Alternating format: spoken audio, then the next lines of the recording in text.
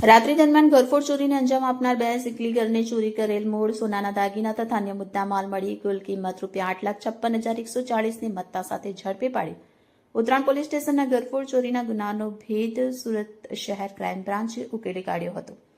સુરત શહેરમાં ઘરફોડ ચોરી ગુના અટકાવવા તેમજ આવા પ્રકારના ગુના આચરતા આરોપીને ઝડપી પાડી અનડિટેક્ટ ગુનાનો ભેદ ઉકેલી કાઢવા માટે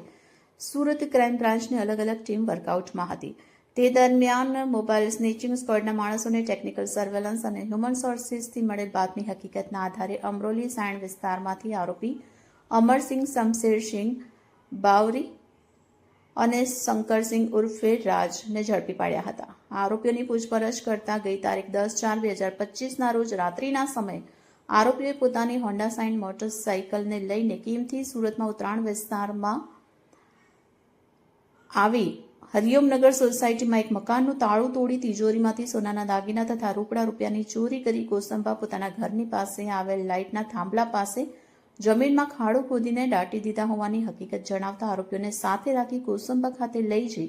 તેઓના બતાવ્યા પ્રમાણે જમીનમાંથી આશરે 1.5 ફૂટ ખાડો ખોદી સોનાના અલગ અલગ દાગીના જેનું કુલ વજન 93.930 ગ્રામ જેની કિંમત 7,66,140 તથા મોટરસાઇકલ અને મોબાઈલ નંગ 2 મળી કુલ કિંમત ₹8,56,140ની મત્તાનો મુદ્દામાલ કબજે કરી કાયદેસરની કાર્યવાહી